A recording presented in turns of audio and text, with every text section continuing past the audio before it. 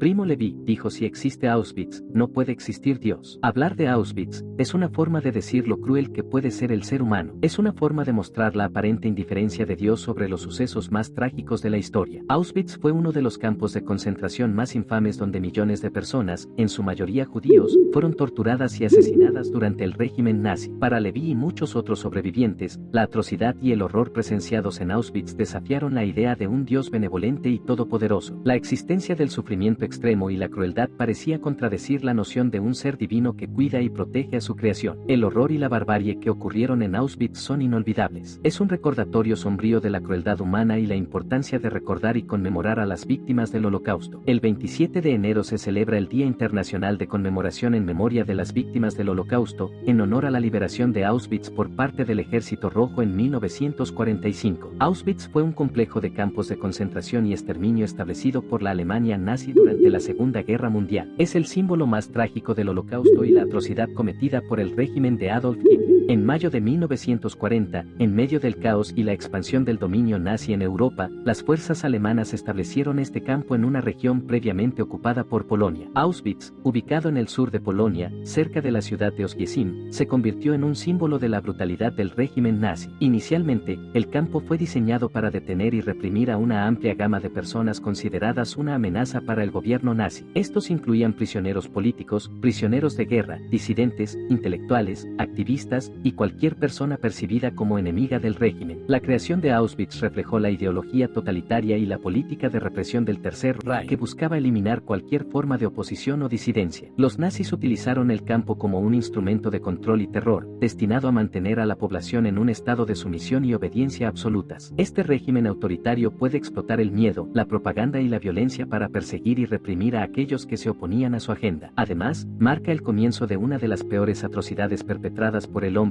donde millones de personas inocentes fueron víctimas del odio, la discriminación y el genocidio. La expansión de Auschwitz, durante la Segunda Guerra Mundial, lo que comenzó como un campo de concentración relativamente pequeño en 1940 se transformó gradualmente en un complejo gigantesco y multifacético que representaba lo peor de la maquinaria de exterminio nazi. Auschwitz I, el campo principal, fue el núcleo original de este complejo. En este es donde los nazis llevaron a cabo la primera fase de su programa de exterminio, deteniendo y reprimiendo a prisioneros políticos y otros considerados enemigos del régimen. Las condiciones en Auschwitz eran espantosas, con hacinamiento, trabajos forzados, tortura y ejecuciones comunes. Sin embargo, fue en Auschwitz II-Birkenau donde ocurrieron los horrores más atroces. Birkenau fue construido principalmente como un campo de exterminio, equipado con cámaras de gas y crematorios diseñados para llevar a cabo el genocidio sistemático de judíos, romaníes, polacos y otros grupos perseguidos por los nazis. En este lugar la mayoría de las víctimas del Holocausto perdieron sus vidas. Se cuenta que 6.000 personas fueron asesinadas diariamente en su punto máximo de operación. Auschwitz III, Monowitz, también conocido como Buna, Monowitz, era un campo de trabajo conectado a la industria química alemana. Los prisioneros aquí eran obligados a trabajar en fábricas que producían productos para la guerra nazi, sufriendo condiciones extremadamente duras y trabajando hasta el agotamiento. La expansión de Auschwitz refleja la escalada de la barbarie nazi a medida que avanzaba la guerra. Lo que comenzó como un campo de concentración para reprimir a los opositores políticos se convirtió en un complejo de muerte diseñado para llevar a cabo el genocidio sistemático a una escala sin precedentes en la historia humana. El periodo de exterminio en Auschwitz II-Birkenau, que comenzó en 1942, marca uno de los capítulos más oscuros y atroces de la historia del Holocausto. El método principal utilizado en Birkenau para llevar a cabo este genocidio fue el uso de cámaras de gas, diseñadas para matar eficientemente a grandes grupos de personas. Las víctimas, que en su mayoría eran judíos, pero también incluían a gitanos, prisioneros políticos, discapacitados y otros considerados indeseables por los nazis, eran engañadas para entrar en las cámaras bajo el pretexto de ser desinfectadas o duchadas. Una vez adentro, eran expuestas al gas Ciclón B, un pesticida letal que rápidamente les causaba la muerte por asfixia. La escala de los asesinatos en Auschwitz II-Birkenau es difícil de comprender. Se estima que entre 1,5 millones de personas fueron asesinadas allí, la gran mayoría de ellas judíos. Los nazis llevaron a cabo estas matanzas en un intento de llevar a cabo su política de solución final, el plan para exterminar completamente a los judíos europeos. Además de las cámaras de gas, Birkenau también contaba con crematorios donde los cuerpos de las víctimas eran incinerados para eliminar cualquier evidencia de los crímenes cometidos. Este lugar de exterminio fue un símbolo del horror y la crueldad de la ideología nazi, representando la degradación de la humanidad y el fracaso absoluto de la civilización en proteger a los más vulnerables. Las condiciones condiciones inhumanas en Auschwitz representan una de las formas más extremas de violación de los derechos humanos y la dignidad humana en la historia moderna. Conocer su historia es una forma de recordar lo sombrío del poder del odio y la intolerancia, es un llamado urgente a la acción para proteger los derechos humanos y prevenir la repetición de tales atrocidades en el futuro. Las condiciones inhumanas en Auschwitz representan uno de los aspectos más atroces y desgarradores de la historia del Holocausto. Los prisioneros que llegaban al campo eran sometidos a un trato inhumano y brutal que buscaban no solo explotar su fuerza laboral, sino también destruir su dignidad y humanidad. Los prisioneros eran obligados a realizar trabajos forzados extenuantes en condiciones deplorables. Trabajaban largas horas en diversos proyectos, como la construcción y mantenimiento de las instalaciones del campo, la agricultura, la manufactura de bienes para la industria nazi y otros trabajos agotadores. Estas tareas eran llevadas a cabo con escaso descanso, alimentación insuficiente y sin ninguna consideración por la salud o seguridad de los prisioneros. La malnutrición era endémica en Auschwitz, con raciones de comida extremadamente